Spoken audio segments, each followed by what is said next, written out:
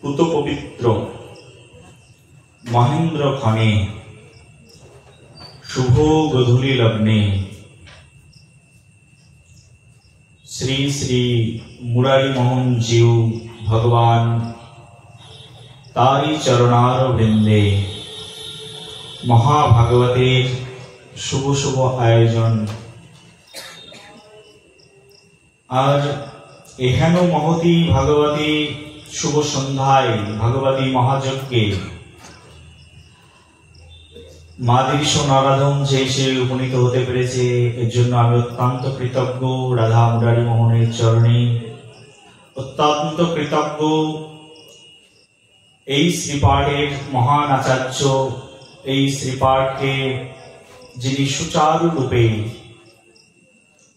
প্রস্তুত করে জগৎজীবের মাঝখানে কৃষ্ণ প্রেম রাধা প্রেম প্রচার করবার জন্য সর্বতভাবে ব্যাপৃত রেখেছেন। শ্রী শ্রীমৎ মুরারি মোহন দাস বাবাজি মহারাজ রাতুল চরণ পদ কমলে সশ্রদ্ধ কোটি দণ্ডবাদ প্রণাম। বাবাজি মহারাজের অহৈতুকী করুণার ফসল আজকের এই সুন্দর মন্দির।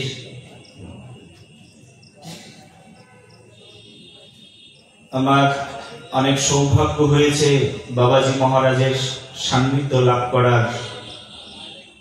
বাবাজি মহারাজ আজ হয়তো অনেক দূরে রয়েছেন, কিন্তু মনে হয় যে বাবাজি মহারাজ যেন হৃদয়ের মধ্যেই বসে আছেন। রাধে রাধে। বাবাজি মহারাজের অনেক অনেক করুণা আশীর্বাদ এই মাদৃশ অধম তার জীবনে লাভ করতে সক্ষম হয়েছে। অদ্যকর এই ভাগবতী অনুষ্ঠানে ভাগবত কথা আস্বাদনের প্রারম্ভ ভাগে সর্বপ্রথমে আমার পরমারাধ্য পতিত পাবন শ্রী গুরুদেব, যার চরণাশ্রয়ে মাদৃশ অধম শ্রীমতী রাধারানীর চরণে আশ্রয় গ্রহণের সৌভাগ্য লাভ করেছে আমার পরমারাধ্য পতিত পাবন শ্রী গুরুদেব। শাস্ত্রের মধ্যে বর্ণনা করা রয়েছে এই পৃথিবীর সর্বশ্রেষ্ঠ স্থান রূপ গোস্বামীপাদ বলছে শ্রীধাম বৃন্দাবন। বৃন্দাবনের মধ্যে সর্বশ্রেষ্ঠ স্থান কি বলছে? বৃন্দাবনের মধ্যে সর্বশ্রেষ্ঠ স্থান হচ্ছে দ্বাদশ বন। এই ব্রজমণ্ডলের মধ্যে ৮৪ ক্রোশ যে ব্রজমণ্ডল, তার মধ্যে সর্বশ্রেষ্ঠ স্থান বৃন্দাবন, অর্থাৎ দ্বাদশ বন। সেই বৃন্দাবনের মধ্যে আর শ্রেষ্ঠ স্থান কি? রূপ গোস্বামীপাদ বর্ণনা করতে করতে বলছেন বৃন্দাবনের মধ্যে শ্রেষ্ঠ স্থান হচ্ছে গিরি গোবর্ধন। গিরি গোবর্ধনের মধ্যে শ্রেষ্ঠ স্থান কি? রূপ গোস্বামীপাদ বলছেন গিরি গোবর্ধনের মধ্যে শ্রেষ্ঠ স্থান হচ্ছে শ্যামকুণ্ড রাধাকুণ্ড। আর সেই যে বৃন্দাবনের মধ্যে রাধাকুণ্ড শ্রেষ্ঠ, রূপ গোস্বামীপাদকে জিজ্ঞাসা করা হলো, গোস্বামীপাদ এই রাধাকুণ্ডের থেকেও শ্রেষ্ঠ কি কিছু আছে? গোস্বামীপাদ বললেন রাধাকুণ্ড থেকে শ্রেষ্ঠ আর কিছু নেই। আমার আর জানা নেই রাধাকুণ্ড থেকে শ্রেষ্ঠ কিছু আছে কিনা। এখানেই রূপ গোস্বামীপাদ থেমে গেলেন। সারা পৃথিবীর মধ্যে সর্বশ্রেষ্ঠ স্থান হিসাবে পরিগণিত করা হয়েছে রাধাকুণ্ডকে। আর সেই রাধাকুণ্ডের কুণ্ড তটস্থিত রঘুনাথ দাস গোস্বামীর বৈরাগ্যের সাধনপীঠ, রূপ গোস্বামী সনাতন গোস্বামী আদি সর্বগোস্বামী বর্গের সাধিত সাধনপীঠ। সেই সাধনপীঠের পরম আচার্য আমার শ্রী গুরু মহারাজ, যিনি এখনো পর্যন্ত ১১০ বৎসর বয়স ব্যাপী পর্যন্ত অবস্থান গ্রহণ পূর্বক শ্রী বৃন্দাবনে শ্রী শ্রী রাধাকুণ্ডে সমগ্র জগৎবাসীকে কৃষ্ণ নাম প্রেম, কৃষ্ণ ভাব, কৃষ্ণ প্রেমের উচ্ছ্বাস সমগ্র জগৎকে বিতরণ করে চলেছেন আমার পরমারাধ্য পতিত পাবন শ্রী গুরুদেব। রাধাকুণ্ডের কুণ্ড তটস্থিত শ্রী শ্রী ১০৮ প্রাণ কৃষ্ণদাস বাবাজি মহারাজের রাতুল চরণ পদ কমলে সশ্রদ্ধ কোটি দণ্ডবাদ প্রণতিপাদ জ্ঞাপন পূর্বক মদীয় শিক্ষাগুরু পদ্মগণ যাঁদের অহৈতুকী করুণাতে এই ভাগবতীয় কথা অমৃত কথা যৎকিঞ্চিত আস্বাদন করবার যোগ্যতা লাভ করেছি, আমার সেই সকল শিক্ষাগুরুগণের শ্রীচরণ পদকমলে সশ্রদ্ধ কোটি ধন্যবাদ। আপনারা যারা এখানে কৃষ্ণ কথামৃত ভাগবত কথা রসসুধামৃত শ্রবণ মানসে উপনীত হয়েছেন, জগৎ মাতার অংশ সম্ভূতা কল্যাণিয়া মাতৃমণ্ডলীগণ, জগৎ পিতার অংশ সম্ভূত পিতৃ সকল, শ্রী মন্দিরের বাবাজি মহারাজগণ, শ্রী মন্দিরের আজকের অনুষ্ঠান পরিচালনার দায়িত্বভার যারা গ্রহণ করেছেন, সকলকার আতুল চরণে সশ্রদ্ধ কোটি ধন্যবাদ প্রণতি জ্ঞাপন পূর্বক আজকের ভাগবত কথা আমরা এখানে সূচনা করবার প্রয়াস গ্রহণ করছি। সবাই একবার হলুধ্বনি হরিধ্বনি করে জয় জয় প্রেমানন্দে হরি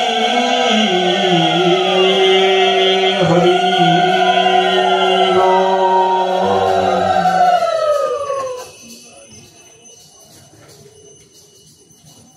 এখন চলছে দামোদর মাস, অত্যন্ত পবিত্র মাস, এক অমৃত ঘন মুহূর্ত, অমৃত ঘন সন্ধ্যা।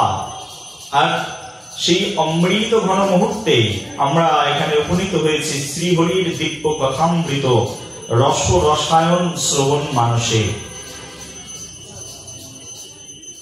ভাগবত কথা তো অত্যন্ত পবিত্র, যা শ্রবণ করলে জগৎ জীবের সকল ভববন্ধন নাশ হয়ে যায়, তাই হচ্ছে ভাগবত কথা। ভাগবত কথা এমনই কথা যা জগৎ জীবকে অমরত্ব পর্যন্ত প্রদান করতে পারে। সেই অমর কথা হচ্ছে এই ভাগবত কথা, যা আমরা এখন শ্রবণ করতে বসেছি। ভাগবতের কথা, কৃষ্ণের কথা যেখানেই কীর্তন হয় সেই স্থানটি অভিন্ন বৃন্দাবনে পরিণত হয়ে যায়। যেখানে শ্রীহরির কথা আস্বাদিত হয় সেখানে গঙ্গা, যমুনা, নর্মদা, সিন্ধু, কাবেরী, অলকানন্দা, চন্দ্রভাগা, পবিত্র যত নদী তটিনীগণ আছেন সকলেই সেখানে এসে অবস্থান গ্রহণ করেন, যেখানে শ্রীহরির কথা ভাগবত কথা কীর্তিত হয়। সমগ্র জগৎবাসী ধন্য হয়ে যায় ভাগবতের কথা কীর্তনে। এমনই মধুর কথা হচ্ছে ভাগবত কথা। সেই অমৃতময় পাবনী ভাগবত কথা কীর্তন মানসে শ্রী ভাগবতের সম্মুখে আমরা এখানে সমাসীন হয়েছি। ভাগবত কথা অত্যন্ত পবিত্র। তবে এই যে মাসে, যে মুহূর্তে, যে মহেন্দ্র ক্ষণে আজকে আমরা এই ভাগবত কথা কীর্তনের জন্য উপবেশন করেছি, শ্রবণের জন্য উপবেশন করেছি, এই মাস, এই মহেন্দ্র ক্ষণ, এই সময় জগতের মাঝে সুদুর্লভ সময়।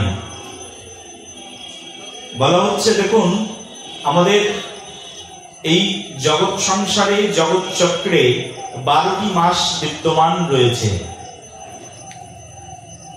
12 মাসে প্রতিদিনই ভাগবত কথা কীর্তন করা হয়, ভাগবত প্রতিদিনই কীর্তিত হয় এবং প্রত্যেকটি ক্ষণই ভাগবত কীর্তিত হয়। ভাগবত কীর্তন হয় না, কৃষ্ণ কথা কীর্তন হয় না, এমন কোনো মুহূর্ত নেই, এমন কোনো সময় নেই। আজকে এই মুরারি বাবার শ্রীপাঠে, এই শ্রী মন্দিরে এখন ভাগবত কথা কীর্তন হচ্ছে। হয়তোবা গতদিনে এই মুহূর্তে এখানে ভাগবত কথা কীর্তন হয়নি, কিন্তু অন্য কোথাও কীর্তন হয়েছে। সমগ্র ব্রহ্মাণ্ডের কোথাও না কোথাও ভাগবত কথা সবসময় কীর্তন হয়। এমন কোনো মুহূর্ত নেই যে মুহূর্তটা ফাঁকা চলে যায়, কৃষ্ণ কথা কীর্তন হয় না। শুধু ভক্তগণ শুনে রাখুন মন দিয়ে, এই জগতে যেদিন ভাগবত কথা বন্ধ হয়ে যাবে, সেদিন এই জগৎটা প্লাবিত হয়ে যাবে, সেদিনই এই জগৎ ধ্বংস হয়ে যাবে। ভাগবত কথায় সমগ্র জগৎকে টিকিয়ে রেখেছে। আজকে সমগ্র বিশ্ব ভাগবতের উপরেই টিকে রয়েছে, কিন্তু সাধারণ মানুষের তার কোনো ধারণাই নেই। প্রেম সে বলো। আমি বাবা 1 ঘন্টা কিছু বলবো, ঘন্টাখানিক আমার সঙ্গে তো একটু রাধে রাধে বলতেই হবে। সবাই একটু বলো রাধে রাধে। প্রেম সে বলো।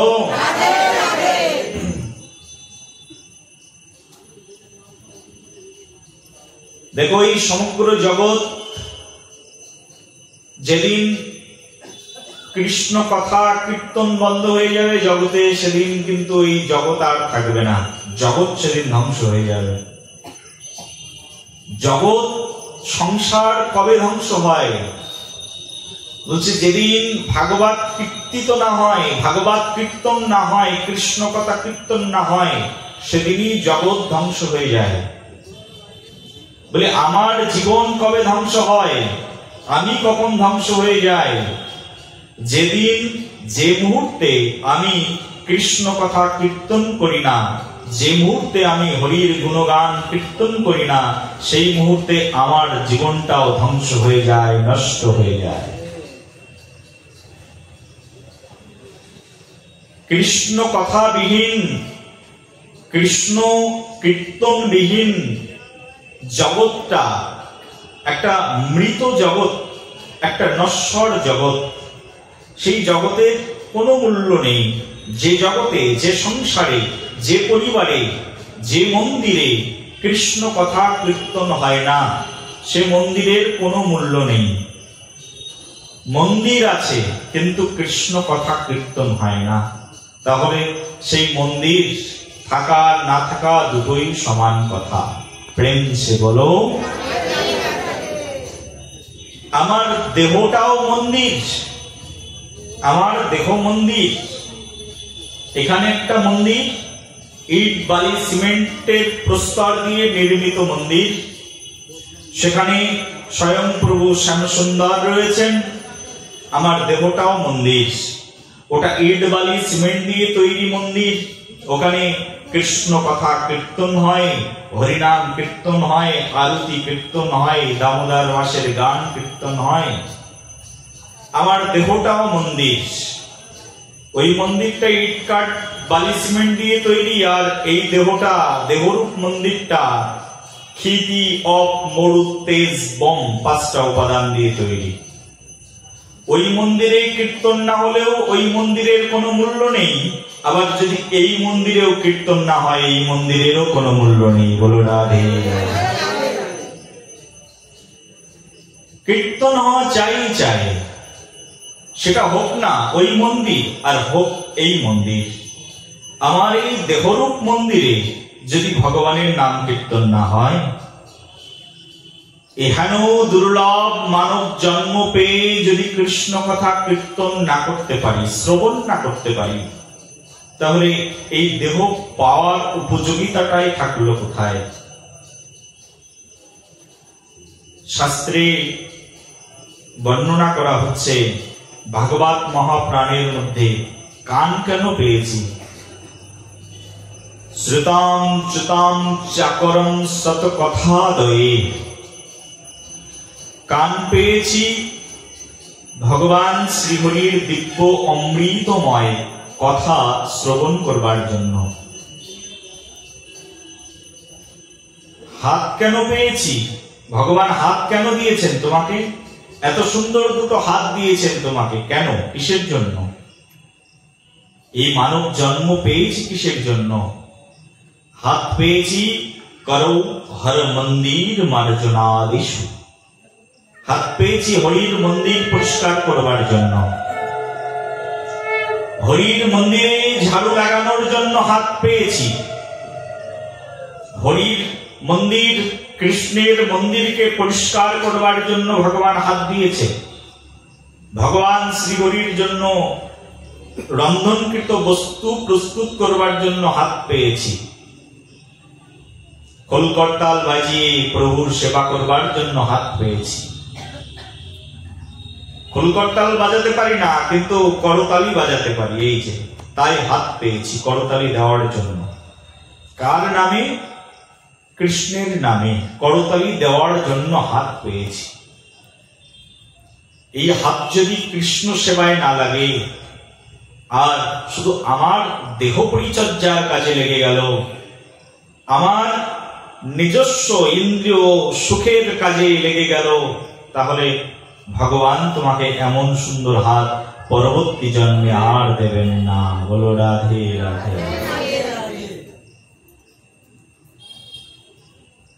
মুখ কেন পেয়েছি?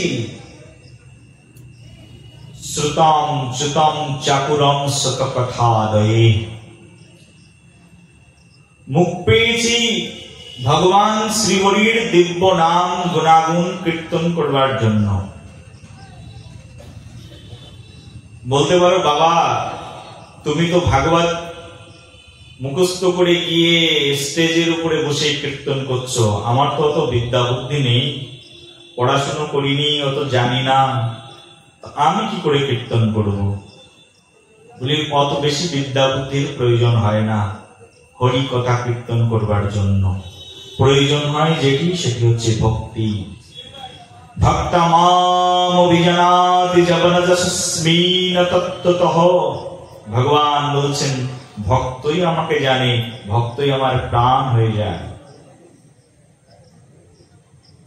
আমার ভক্ত যিনি, তিনি যে কোনো অবস্থায় আমার কাছে শ্রেষ্ঠ। ভক্ত হওয়া চাই। বলি, বিশাল পণ্ডিত হলে ভগবান আমার কাছে আসবেন না, পণ্ডিতের কাছে ভগবান সুলভ নন, বিদ্বানের কাছে ভগবান সুলভ নন। বলি, আমার অনেক ধন আছে, ভগবানকে আরাধনা করতে জানি। আমার অনেক ধন আছে, ভালো ভালো পদাবলী কীর্তনিয়াদেরকে ডেকে বাড়িতে অনুষ্ঠান করাতে জানি। আমার অনেক ধন আছে, অর্থ আছে, টাকা আছে, আমি অনেক বড় ভাগবত বক্তাকে ডেকে বাড়িতে অনুষ্ঠান করিয়ে দিলাম, হাজারো হাজারো মানুষকে খাইয়ে দিলাম, আমি কি কৃষ্ণকে লাভ করে যাব? বলি না, সেটাও very very impossible for us, সম্ভব নয় ভগবানকে লাভ করা।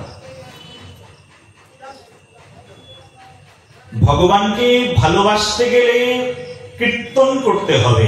এই যে মুখ পেয়েছি, মুখের কাজটাই হচ্ছে কীর্তন করা,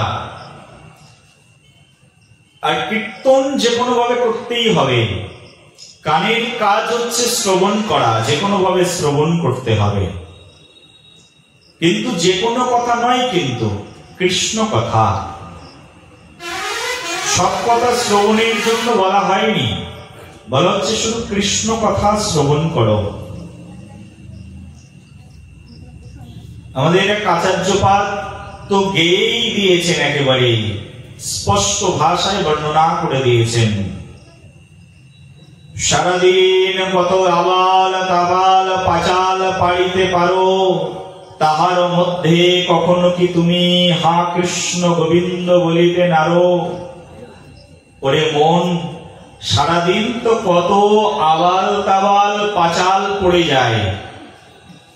নিউজ পেপার সামনে আসলেই রাজনীতির কথা, সংসারের কথা, গ্রাম্য কথা, টেলিভিশন ছাড়লেই সমগ্র পৃথিবীর কথা, কত কথা আমরা শুনি আর কত কথা আমরা বলি, কিন্তু সহজে কিন্তু কৃষ্ণ কথা আমরা বলি না, কৃষ্ণ কথা শুনতে চাই না। কিন্তু শাস্ত্র বলছে, আমি কান পেয়েছি কেন? কান কেন দিয়েছে ভগবান?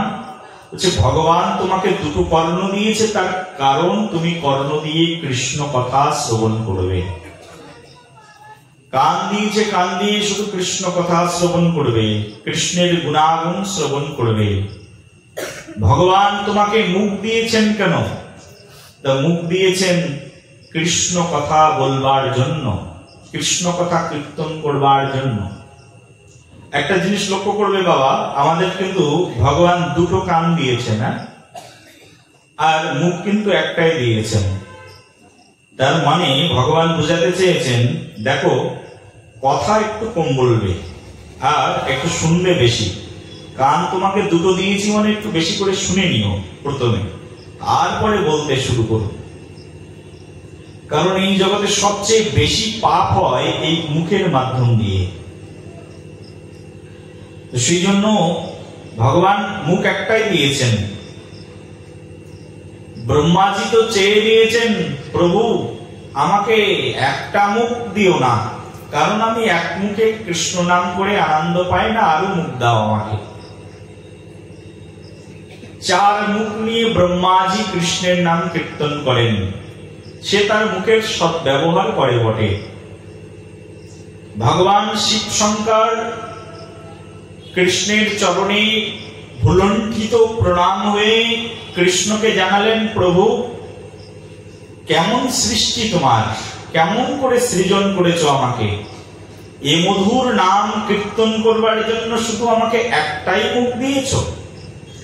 শঙ্করদেব বললেন, আমাকে 5 মুখ দিয়ে দাও, 5 মুখে তোমার নাম কীর্তন করতে চাই। পঞ্চমুখে কৃষ্ণের নাম করেন ত্রিপুরারি। 5 মুখ দিয়ে শঙ্করজি ভগবান শ্রীকৃষ্ণচন্দ্রের নাম কীর্তন করেন। আর আমরা একটা মুখ পেয়েছি, একটা মুখ দিয়ে আমরা কত মানুষের নিন্দা পরচর্চা করতে থাকি তার ঠিক নেই। সারাদিনে যত সময় কৃষ্ণ কথা না বলি, তার চেয়ে বেশি সময় গ্রাম্য কথায় আলোচনা করি। আমার কথা, আমার সংসারের কথা, আমার ঘরের কথা, আমার বরের কথা, আমার মনের ব্যথার কথা, সব আমার কথা বলি, তার কথা বলি না। প্রেম সে বলো। সারাদিন তো কত কথাই বলি, কিন্তু তার কথা আর বলা হয় না। সারাদিন কত আওয়াল তাওয়াল পাঁচাল পড়িতে পারো, কই তাহার মধ্যে কখনো তুমি কি হা কৃষ্ণ গোবিন্দ বলিতে নারো। গোবিন্দ কৃষ্ণ কথা বলার সময় হয় না। মায়েদেরও তো সময় মোটেই হয় না, কারণ সংসারে এত কাজ, বলবো কখন। মায়েরা কৃষ্ণ কথা বলাচ্ছে, পাশের বাড়ির দিদির কথা বলতে বেশি পছন্দ করে। বলো রাধে রাধে। বাবাদেরও সময় নেই, কারণ কৃষ্ণ কথা বলবো কোথায়। সমাজে সংসারে এত তাণ্ডব চলছে, রাজনীতি নিয়ে, সমাজনীতি নিয়ে, অর্থনীতি নিয়ে, কৃষ্ণ কথা বলার সময় নেই। অর্থনীতির কথা বলি, রাজনীতির কথা বলি, দুর্নীতির কথা বলি, কিন্তু কৃষ্ণ কথা বলি না। সেজন্য মা ভগবান মুখ দিয়েছেন, এমন দুর্লভ মানব জন্ম দিয়েছেন। এই মানব জন্ম পাওয়ার জন্য কত কত বৎসর প্রার্থনা করতে হয়েছে, একটি মানব জন্ম দাও আমাকে প্রভু, মানব জন্ম পেয়ে তোমার সেবা করব।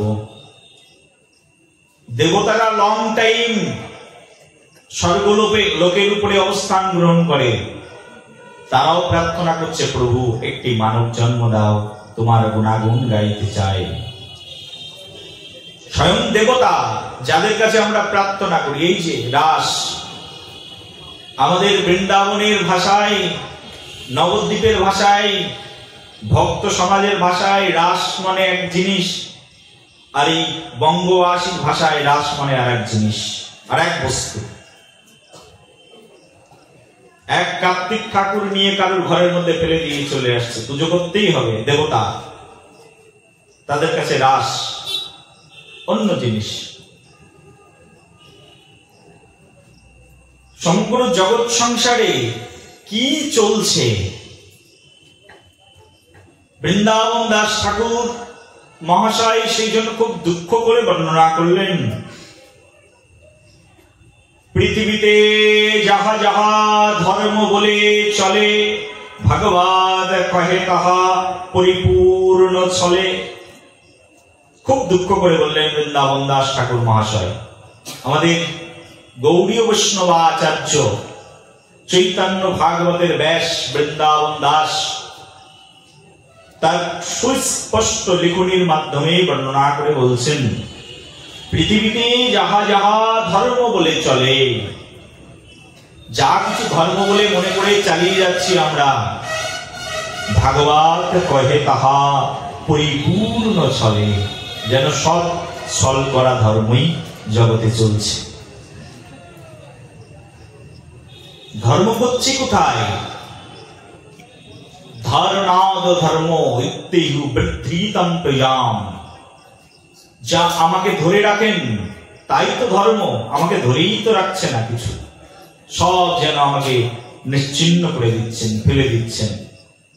আমার দেহকে ধরে রাখছে, আমার মাইন্ড স্থিতিকে ধরে রাখছে, কিন্তু আমি যে আমাকে ধরে রাখার মতো আর কেউ নেই। ধর্ম কি করে হল? আমাকে ধরে রাখার মতো কেউ নেই।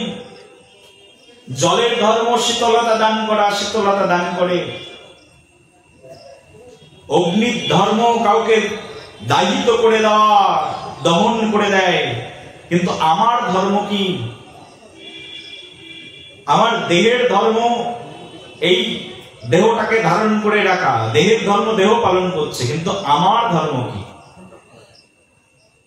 এই আমি বস্তুটা এখনো পর্যন্ত বুঝতে পারলাম না। জগৎ সংসারে আমি কি? কেউ কেউ মনে করি আমি মনে এই তো আমি একজন পুরুষ, এই যে আমি পুরুষ, গোপ উঠেছে, দাড়ি উঠেছে, দ্যাট মিন্স তুমি একজন পুরুষ। হ্যাঁ, যে শাড়ি কাপড় পরেছি, কানে দুল ফুটিয়েছি, আমি একজন নারী।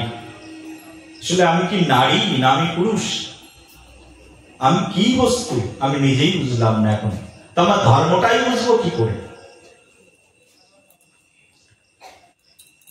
সেই জন্য খুব দুঃখ করে বৃন্দাবন দাস ঠাকুর এই কথা বলেছিলেন। ধর্ম ভাগবতের মধ্যে, ভাগবতের বর্ণনা করতে গিয়ে একেবারে প্রথম স্কন্ধের মধ্যেই ব্যাসদেব গোস্বামীপাদ বলছেন ধর্ম। ও ধর্ম শব্দটার উপরে খুব জোর দিয়ে বলছেন, ধর্ম প্রযোজিত কৃতব যত্র পরম নির্মৎসরণম সতম। ধর্ম তুমি কি বস্তু? এই ধর্মটাকেই এমন করে সমগ্র ভাগবত মহাপুরাণের মধ্যে ব্যাসদেব গোস্বামীপাদ বর্ণনা করেছেন। ধর্ম কি? জগৎ জীবের ধর্ম কি? শ্রীপাদ রূপ গোস্বামীপাদ ভক্তি রসামৃত সিন্ধু গ্রন্থের মধ্যে এই আমার ধর্ম যা, সেই ধর্মকে বর্ণনা করেছেন। বলছে একজন জীবের একমাত্র ধর্ম কৃষ্ণ ভক্তি। ধর্ম কি মা? জীবের ধর্ম কি? এই যে আমরা এই পৃথিবীতে এসেছি, এক কথায় বুঝে না, অনেক কথা লিখেছেন রূপ গোস্বামীপাদ রসামৃত সিন্ধু গ্রন্থের মধ্যে। তার মধ্যে তিনি বলছেন এই সমগ্র জীবের এত কিছু বুঝে দরকার নেই, ধর্ম একটাই, সেটা হচ্ছে কৃষ্ণ ভক্তি। চৈতন্য চরিতামৃতে রসিক শেখর কৃষ্ণদাস কবিরাজ গোস্বামীপাদ বলছেন এত ঘুরিয়ে ফিরিয়ে এত ধর্ম বুঝার দরকার নেই।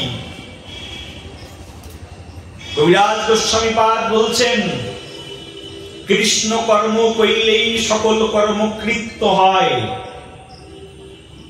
বলছি কৃষ্ণ কর্ম করলেই সকল কর্ম কৃত্য হয়। কৃত্য মানে কি? শ্রেষ্ঠ হয়ে যায়, উপাধিযুক্ত হয়ে যায়। সেই কর্ম কৃতার্থ কর্মে পরিণত হয়। আর কৃষ্ণ কর্মবিহীন যা কর্ম তা সবই হচ্ছে দুষ্কর্ম। আর দুষ্কর্ম করলেই জগৎ জীবের নাশ হয়ে যায়, আর কৃষ্ণ কর্ম করলে জগৎ জীব ঊর্ধ্বলোকে চলে যায়।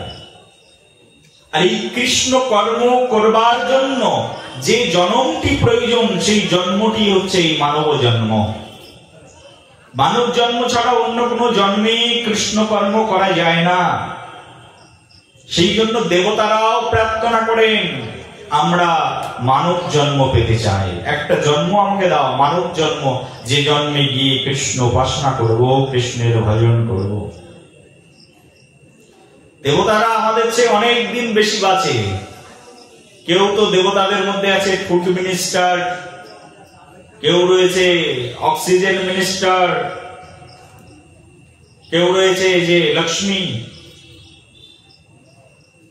মানি মিনিস্টার, কত রকমের মন্ত্রীগণ সেখানে রয়েছে। আমাদের এই জগতে যা কিছু দরকার ওখানে সব কিছু রয়েছে, তারাই সাপ্লাই দিচ্ছে সব। কিন্তু তারা এত প্রাচুর্যের মধ্যে থেকেও বলছে আমাকে একটা মানব জন্ম দাও, আর মানব জন্মে গিয়ে আমি কৃষ্ণ ভজন করব। একটা মানব জন্ম দিয়ে দাও, যে জন্মে হরির ভজন করব। দেবতারাও প্রার্থনা করছে। আমরা তো এখানে ছোট ছোট কুড়ে ঘরের মধ্যে থাকি, কারোর ঘর আছে তো কারোর নেই, কারোর বিশাল অট্টালিকা তো কারোর ঘর দিয়ে সকালবেলায় সন্ধ্যাবেলায় একেবারে সূর্যের আলোটা পূর্ব গগনে যখন সূর্য উঠে যায়, সূর্যের আলোটা একদম ঘরের ভিতরে ঢুকে যায়। বর্ষাকালে জলগুলো হুড় হুড় করে ঘরের মধ্যে ঢুকে যায়। এমনও ঘর আছে আমাদের।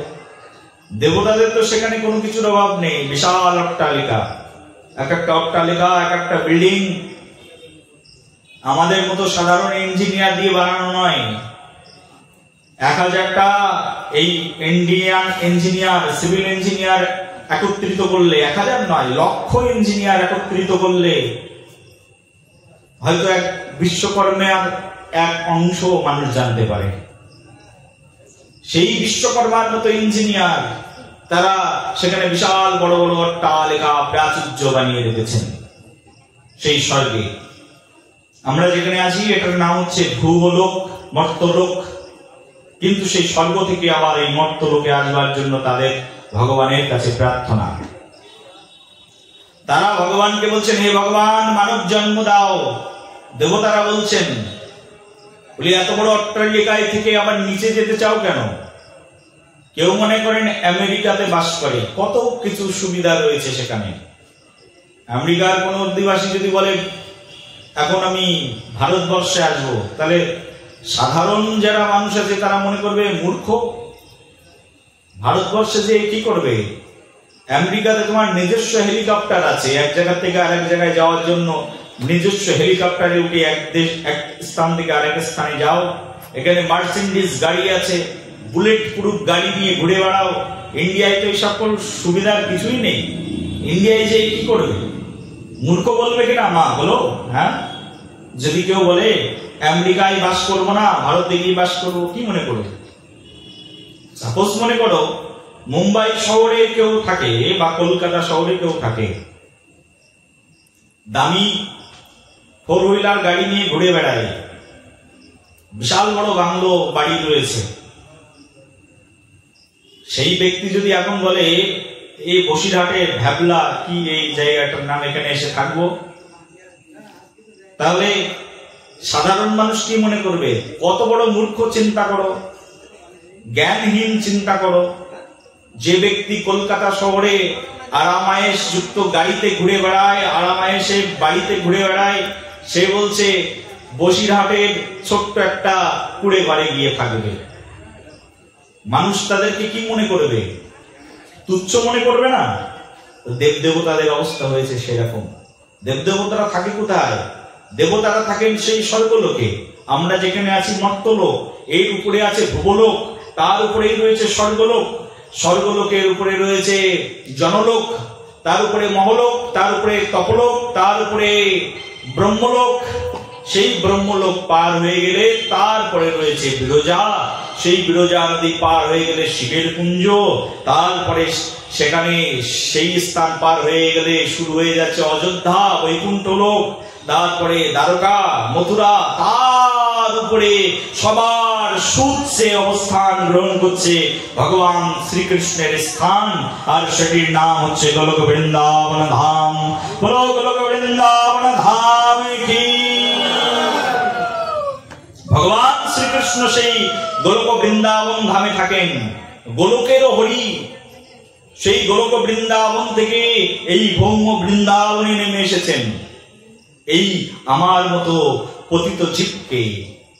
পতিত জীবকে উদ্ধার করবার জন্য তিনি নেমে এসেছেন জগৎ সংসারের মধ্যে। এই মর্তলোকে এসেছেন তিনি। শুধু এসেছেন এমনটি নয়, তিনি আসেন, প্রত্যেক যুগে যুগে আসেন। ভগবদ গীতা বলছেন, পরিত্রাণায় সাধুনাম বিনাশায় চ দুষ্কৃতম ধর্ম সংস্থাপনার্থায় সম্ভবামি যুগে যুগে। আমি যুগে যুগে যাই, যুগে যুগে আসি। সেই গোলক বৃন্দাবন থেকে নেমে আসেনি এতটা প্ল্যানেট পার হয়ে।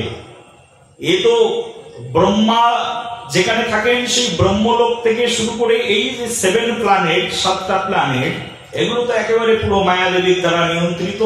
এখানে চলে আসেন সেই পরম প্রভু, পরম বিভু, যাকে পাওয়ার জন্য মুনি ঋষিগণ ক্রন্দসী জ্ঞান নিয়ে ডে বাই ডে ছুটে চলেছেন। হে কৃষ্ণ, কোথায় তুমি, কোথায় তুমি? যাকে পাওয়ার জন্য নিরন্তর ছুটাছুটি, সেই পরম প্রভু তিনি আসেন এই ভূমিতে। আর আসেন শুধু না, এসে আবার মা গ্রহণ করেন। মা, আমি তোমাকে মা বলে ডাকবো। যশোদাকে মা বলে ডাকেন, ব্রজ গোপীদের সঙ্গে খেলেন, আনন্দ করেন, কীর্তন করেন। সেই ভগবান সেই গোলক বৃন্দাবন থেকে আসেন এই ভূমিতে। নিতাইকে সঙ্গে করে নিয়ে আসেন, অদ্বৈতকে সঙ্গে করে নিয়ে আসেন। এসে এই মর্ত ধুলিতে গড়াগড়ি খায়, মর্তের ধুলিতে গঙ্গার পাড়ে গড়াগড়ি খায়। সেই গোলক বৃন্দাবনের শ্রীহরি আসেন, বৃন্দাবনের মাটিতে লুটোপুটি করেন। ধুলা নয়, ধুলি নয়, গোপী পদরেণু, এই ধুলা অঙ্গে মাকে বলো নন্দের বেটা কানু। ধুলার উপরে গড়াগড়ি খান। এই ধুলা, এই ভারতবর্ষ, এই যেখানে আমরা আছি, সাধারণ স্থান নয় এটি। স্বয়ং ভগবান আসেন এই ধুলায়। আর সেই ভূমিতে, সেই ভারতবর্ষে আমরা অবস্থান গ্রহণ করছি। আজকের এই পুত পবিত্র মহেন্দ্রখানে এই গধূলি লগ্নে শ্রীহরির দিব্য কথামৃত রসলহরী শ্রবণ করছি। ভগবান আসেন এই ভূমিতে। দেবদেবতারা আসবেন না? তারাও বাসনা করেন যাব। কেন বলি, আমাদের এখানে অট্টালিকা আছে, বিশাল বিল্ডিং আছে, কিন্তু এখানে সবকিছু আছে, কিন্তু একটা জিনিস নেই স্বর্গে। কি জিনিস নেই বলি? স্বর্গে তো ধন, বৃত্ত, ঐশ্বর্য সবকিছু আছে, কিন্তু স্বর্গে নেই যে বস্তু, সেটা হচ্ছে ভক্তি। কি বস্তু নেই সেখানে বলি? ভক্তি নেই। বলি কেন? ভক্তি থাকার জন্য স্পেশাল কোন প্লেসের প্রয়োজন হয় নাকি? ভগবান স্বয়ং বলি মহারাজের মস্তকের উপরে পা চড়িয়ে দিয়েছেন, আর একেবারে সুতল লোকে গিয়ে প্রবেশ করেছেন। কেন? ওখানে কি ভক্তি করা যায় না? ভগবান জানো তো মায়েরা, এই তো 7 দিন ব্যাপী ভাগবত হবে কালকে থেকে, মনে হয় আমি এতে দেখছি হবে কালকে থেকে। হ্যাঁ, তো বলি মহারাজের প্রসঙ্গ আসবে, আলোচনা চলবে, মহারাজজি আসবেন, আলোচনা করবেন, শুনবে। বলি মহারাজের মাথার উপরে পা চাপিয়ে দিয়েছেন, সুতল লোকের মধ্যে গিয়ে প্রবেশ করেছেন। আমরা যেখানে আছি এর নিচে আরো 7টা প্ল্যানেট রয়েছে। এই যে মর্তলোক, এর নিচে আছে অতল, বিতল, সুতল, তলাতল, রসাতল, মহাতল, তার নিচে হচ্ছে পাতাল। সেই নিচে গেলে, সেখানে গেলে ভজন করা যাবে না, উপরে থাকলে ভজন করা যাবে না। তো ওখান থেকে এখানে আসার প্রয়োজন কি বলি? ওখানে যেটা আছে সেটা হচ্ছে ঐশ্বর্য, প্রচুর ঐশ্বর্য, চাকচিক্যে পরিপূর্ণ। বলি যেখানে ঐশ্বর্য আছে, যেখানে বৃত্ত আছে, অর্থ আছে, সেখানে কৃষ্ণ ভজন হয় না। দেবতাদের সবকিছু আছে, কিন্তু সেখানে ভক্তি করবার মতো পরিবেশ নেই। বলি ভারতবর্ষে কি ঐশ্বর্য নেই? হ্যাঁ, ভারতবর্ষে ঐশ্বর্য আছে, কিন্তু ভারতবর্ষের মুনি ঋষিরা ঐশ্বর্যকে টুকরে দিয়ে কৃষ্ণ ভজন করেন। বলো রাধে রাধে, প্রেম সে বলো। এই মর্তলোকে কি ঐশ্বর্য নেই? মর্তলোকেও সব ঐশ্বর্য আছে, যা স্বর্গে নেই তা মর্তলোকে আছে। ভগবান শ্রীকৃষ্ণ বিশ্বকর্মাকে বললেন, বিশ্বকর্মা মথুরায় থাকবো না, আমি দ্বারকার দিকে যাব, সমুদ্রের মাঝখানে ওই দিকে যেতে খুব ইচ্ছা। অন্য কোনো একটা জায়গা তৈরি করো যেখানে গিয়ে একটা সুন্দর পুরী নির্মাণ হবে। মথুরায় আমার নিজজন আছে, সবাইকে মথুরা থেকে নিয়ে অন্য কোথাও ট্রান্সফার হয়ে যাব। বিশ্বকর্মা খুঁজতে খুঁজতে সমুদ্র দেবতার কাছে গিয়ে বলছেন, সমুদ্রদেব স্বয়ং বিশ্বনাথ অনাদিরাদির গোবিন্দ, তিনি থাকতে চান, একটু জায়গা দেবে? এই কথা শুনে সমুদ্র দেবতা বলছে, এ তো মহাভাগ্যের কথা, অহোভাগ্য। এসো এসো, কতটা জায়গা চাই? ভগবান থাকবেন, ভগবানের চরণধুলি পড়বে, এর চেয়ে বড় ভাগ্য আর কি হতে পারে? সমুদ্র দেবতা নিজেই দ্বীপ তৈরি করে দিলেন, একেবারে বুক চিরে দিলেন, এসো এখানেই তুমি পুরী নির্মাণ করো। সেখানেই বিশ্বকর্মাজি দ্বারকা পুরী নির্মাণ করলেন। ঐশ্বর্য কাকে বলে? দ্বারকায় না গেলে বোঝা যাবে না ঐশ্বর্য কাকে বলে। দ্বারকার লীলার মধ্যে প্রবেশ করলেই বুঝতে পারবেন কি ঐশ্বর্য, কি নেই এই ভারত ভূমিতে। সমুদ্র দেবতা তার সমুদ্র সিঞ্চন করে এত দামি দামি মণিমুক্তা দিলেন, বিশ্বকর্মা দেখেই অবাক হয়ে গেলেন, এসব বস্তু তো আমি স্বর্গেও কখনো দেখিনি, এ কোথার থেকে আসছে, কোথায় ছিল, কোথায় লুকিয়ে রেখেছিলে? এই সমুদ্র গর্ভের মধ্য থেকে এত উন্নত উৎকৃষ্ট মুক্তা মণি সব সংগ্রহ করে করে দিলেন, প্রভু শ্রীকৃষ্ণের সেবায় লাগিয়ে দাও। আমার ভিতরে যা আছে সেই বস্তু যদি আমি কৃষ্ণের কাছে না লাগাতে পারি, কৃষ্ণের সেবায় না লাগাতে পারি, তাহলে আমার জীবনের মূল্য কি আছে? সমুদ্র সব সম্পদ নিষ্কাশন করে বিশ্বকর্মাজিকে দিয়ে দিলেন, বিশ্বকর্মা বানাও, ভগবান শ্রীকৃষ্ণের জন্য প্রাসাদ বানাও, আমার প্রভু থাকবেন। নেই কি ভারতবর্ষের মধ্যে? এ তো এই জাগতিক সম্পদ। আরেকটি সম্পদ এই ভারত ভূমির মধ্যে যা আছে, যা 14 ভুবনে কোথাও নেই, যা ব্রহ্মাজির কাছে নেই, ব্রহ্মলোকে নেই। ব্রহ্মাজি যে সম্পদ লাভ করবার জন্য এই ভারত ভূমিতে আসেন, এই মর্তলোকে আসেন, সেই সম্পদ এখানে আছেন যা ওখানে নেই। শিবজিও আসেন এখানে ওই সম্পদ লাভের জন্য, আর সেই সম্পদটা হচ্ছে দৈন্য। দৈন্য আত্মনিবেদন ভক্তিত্রে বরণ, অবশ্যই রক্ষিবে কৃষ্ণ বিশ্বাস পালন। এই যে এই ভাব, এই সম্বন্ধ, এই জ্ঞান, এই বিজ্ঞান যেখানে আছে, সেটা হচ্ছে এই মর্তভূমি, এই ভারত ভূমি। এখানেই এই বস্তু পাওয়া যায়, এই পৃথিবীর আর কোথাও এই বস্তু পাওয়া যায় না। প্রেম সে বলো, দুহাত তুলে আরো জোরে বলো রাধে রাধে। এমন করে বলো যেন রাধারানী শুনতে পায় যে আমার ভক্ত ডাকছেন। রাধারানী যেন চলে আসেন এখনই। প্রেম সে বলো, ভগবান চলে আসবেন যদি একবার রাধে রাধে শব্দ উচ্চস্বরে উচ্চারণ করো। ভগবান নিজেই কথা দিয়েছেন, নাহাম তিষ্ঠামি বৈকুণ্ঠে যোগিনাম হৃদয়ে নাচা মদ ভক্ত যত্র গন্ত্রী তত্র তিষ্ঠামি হে নারদঃ। ভগবান বলছেন, শোনো জীব, আমি বৈকুণ্ঠে থাকি না, যোগীর হৃদয়ের মধ্যে থাকি না। যেখানে আমার ভক্ত আমার গুণকীর্তন করে, আমি সেখানেই এসে উপস্থিত হয়ে যাই। এখানে যা হচ্ছে এটা কৃষ্ণের গুণকীর্তন।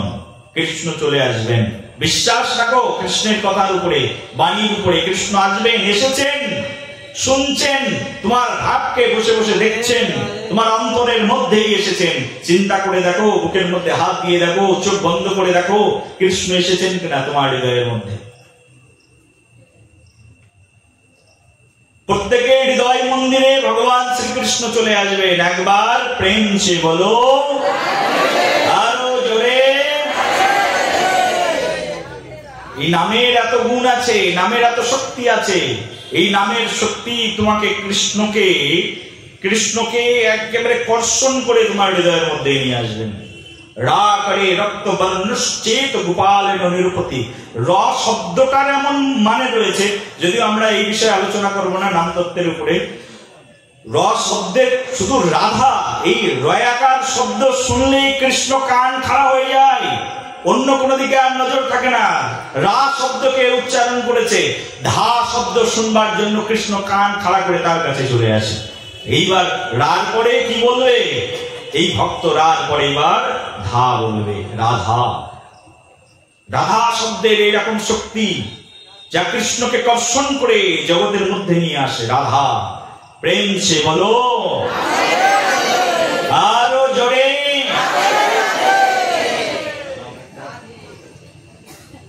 সেই জন্য শুধু ভক্তগণ, আমাদের তো পরম সৌভাগ্য যে এইখানে এত সম্পদ আছে, এই ধরনীর পক্ষে এত সম্পদ আছে। এখানে যে দৈন্যতা আছে, যে দৈন্যের ভূষণ আছে, পৃথিবীর আর কোথাও এই দৈন্যের ভূষণ পাওয়া যায় না। দৈন্যতা দেখতে চাও? শাস্ত্রের মধ্যে বলছে, দিনের অধিক দয়া করেন ভগবান, ইহা হেরি কুলিন্ধনীর বড় অভিমান। ভগবান কাকে করুণা করেন? বলে আমার অনেক আছে। ভগবান তোমার অনেক দেখে তোমাকে করুণা করবেন না। আমি সুন্দর কানের দুল পরে ভাগবত কথা শুনতে এসেছি, দেখো কত সেজেছি আমি, বিউটি পার্লারে গিয়ে 1600 টাকা দিয়ে সেজে চলে এসেছি। বলে তোমার এই সাজা গুজায় কোনো কাজ হবে না। যদি তুমি অন্তরটাকে না সাজাও, যদি কৃষ্ণের জন্য তোমার হৃদয় না কাঁদে, তোমার এই সাজসজ্জা ভগবান গ্রহণ করবেন না। ভগবান যেটি গ্রহণ করেন সেটা হচ্ছে ভক্তের আকুতি, ভক্তের নিবেদন। ভক্তের ভক্তিটাই ভগবানের একমাত্র গ্রহণীয় বিষয়। সেই জন্য ভগবানকে যদি ডাকতে চায়, ভগবানকে যদি কাছে পেতে চায়, একমাত্র ভক্তি প্রয়োজন। আর ভগবান এই জগতে কোনো কিছুর ভোকা নন, একমাত্র প্রেম ভক্তির ভোকা। কি দিয়ে ভগবানকে ডাকবে? ঐশ্বর্য দিয়ে ভগবানকে ডাকা যায় না। ভগবানকে ডাকবার জন্য শুধু প্রেম প্রয়োজন, ভক্তি প্রয়োজন, দৈন্যতা প্রয়োজন, দীনতা। সেই জন্যই কবিরাজ গোস্বামীপাদ বলছেন, দিনের অধিক দয়া করেন ভগবান। এই জগতে ভগবান কাকে করুণা করেন? বলছে দিনকে করুণা করেন। দিন কাকে বলে? বলে যিনি দরিদ্র। বলি দরিদ্র কাকে বলে? দরিদ্র মানে আমার ঘরে খাবার নেই, আমি দরিদ্র না। তুমি তো দরিদ্র নও। তুমি, কারোর আছে অভাব আর কারোর আছে স্বভাব, তুমি স্বভাবের দরিদ্র। দরিদ্র একে বলে না। বলি আমার বিশাল সম্পদ আছে, বলি সম্পদ আছে, তাও সম্পদশীল ব্যক্তিও দরিদ্র হতে পারে। রঘুনাথ দাস গোস্বামী পাদের প্রচুর সম্পদ ছিল। বাবার নাম হিরণ্য গোবর্ধন মজুমদার, কায়স্থ জমিদার। এই তো গঙ্গার ওই পাড়েই থাকতেন। পানিহাটি যান, গঙ্গার ওই পাড়েই রঘুনাথ দাস গোস্বামী পাদ অনেক সম্পদের মালিক। বছর গেলেই 1 লক্ষ স্বর্ণ মুদ্রা উপার্জন। পিতৃকুলের এত ঐশ্বর্য। স্ত্রী রঘুনাথ দাস গোস্বামীর স্ত্রী, শাস্ত্রের মধ্যে চৈতন্য চৈতামৃতে বলছে যে আমাদের যে গোস্বামীগণ, সেই গোস্বামীগণের অন্যতম রঘুনাথ দাস গোস্বামী। সেই রঘুনাথ দাস গোস্বামীর স্ত্রী দেখতে স্বর্গের অপ্সরা দেখতে যেমন সুন্দর, তেমনই সুন্দরী। স্বর্গের অপ্সরার মতো সুন্দরী স্ত্রী। আর এত সম্পদ সম্পত্তির মালিক রঘুনাথ দাস গোস্বামী নিজে দীন হয়ে গিয়েছিলেন।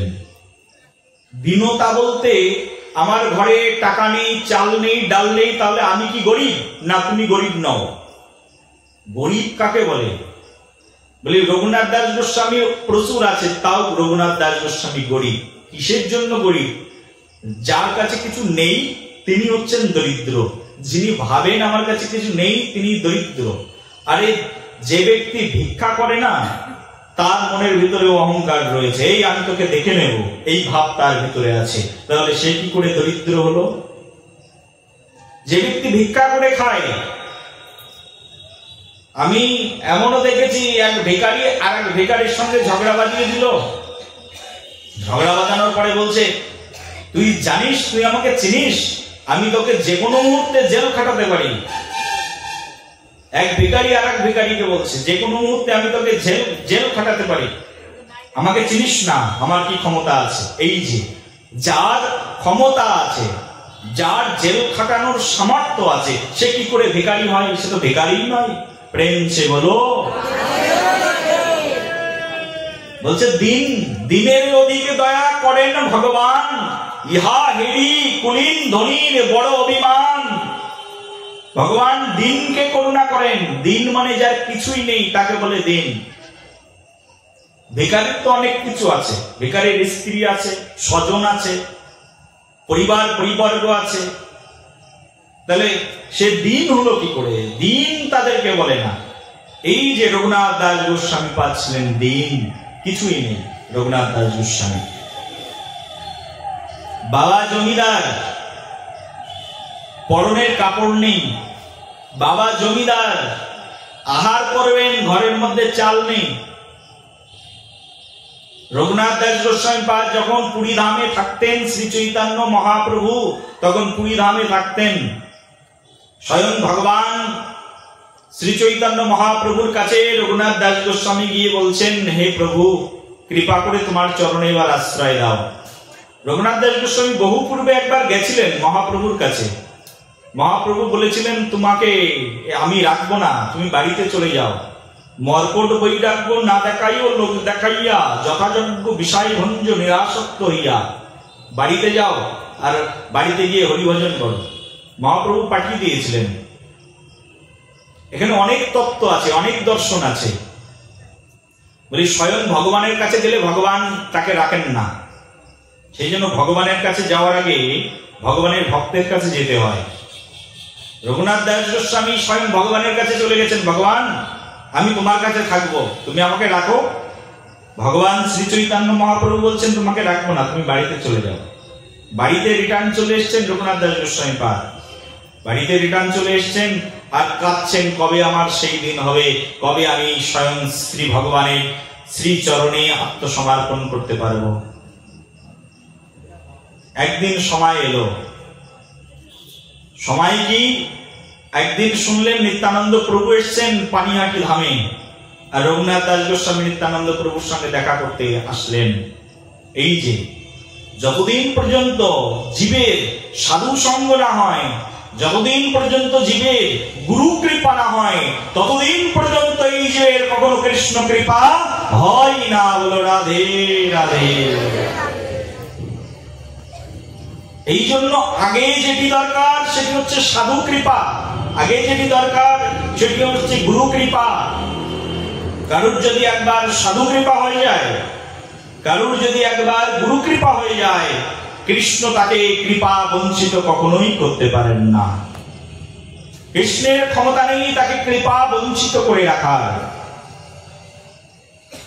সেই জন্যই তো আচার্যপাদ বলছেন, বৈষ্ণবেরও আবেদনে কৃষ্ণ দয়াময়, এখান পতিত প্রভু হইবেন সদায়।